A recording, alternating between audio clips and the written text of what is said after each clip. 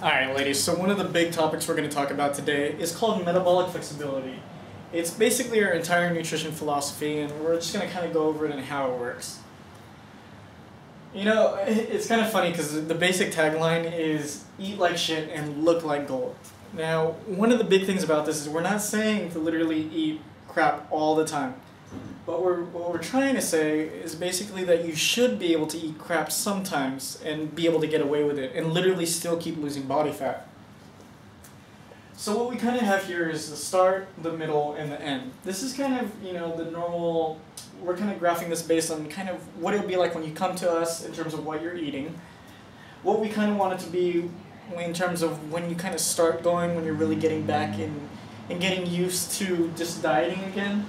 And kind of what we want the end to be, or what we want it to look like. And there's never really such thing as an end, but what the end means is you can pretty much do whatever and still get away with losing body fat. So here what you see is basically carbs, fats, proteins, vitamins, minerals, water, alcohol, and calories. Okay? Most people when they're starting out tend to eat a relatively higher amount of carbs than normal. It doesn't mean that you're not normal, it just means in general you're eating more carbs. Fats, proteins, vitamins, minerals, water, and alcohol tend to be the things, take out alcohol, tend to be the things that most people do a lot less of. You know, instead of water, most people are drinking soda, teas, coffees, and so forth and so on. Instead of the vitamins and minerals, most people are getting not really a lot of, because they're tending to eat more carbs. Carbs aren't really a good source of vitamins and minerals. Alcohol and calories also tend to be kind of higher than normal in most people. So what we're trying to do in the middle is basically do pretty much the opposite of what you've been doing in the past. So what that looks like is carbs lower,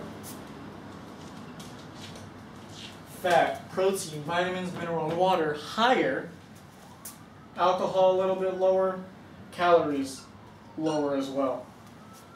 The goal with the middle, again, is to do the opposite. It doesn't necessarily matter which one you choose first. So you might do carbs first, make that go lower, and not really worry too much about your fats, proteins, and any of that yet. So you might still have them lower than normal, but just by simply making carbs go lower, you're going to start losing a little bit more fat. Just like I've had some clients not necessarily start out with getting lower carbs, but lower alcohol, they start losing fat, they start losing weight.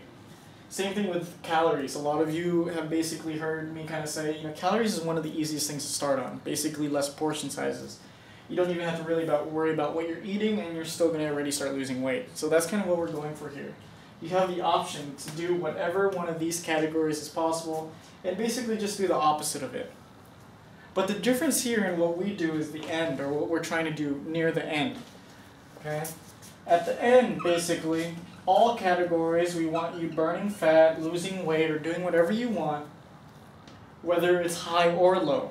So whether your carbs are high or low, whether your fats are high or low, whether your protein is high or low, and so forth and so on for the rest, we still want you to be able to burn fat, and that's the biggest difference. So those emails you're getting and all that stuff is basically helping you get to this end point. Basically the idea that you can get away with eating pastries, desserts, and still burn body fat. Even if you're eating McDonald's and things like that, your body is still able to use that as a fuel source and burn it off in the right way rather than the wrong way. It's whenever your body can't really burn it that it becomes more of a toxin in your body, because it literally stays in your body. So that's what we're really going for. Alright, so this is Daryl kind of explaining the metabolic flexibility idea and kind of the main overwhelming nutrition philosophy we have here. Yeah!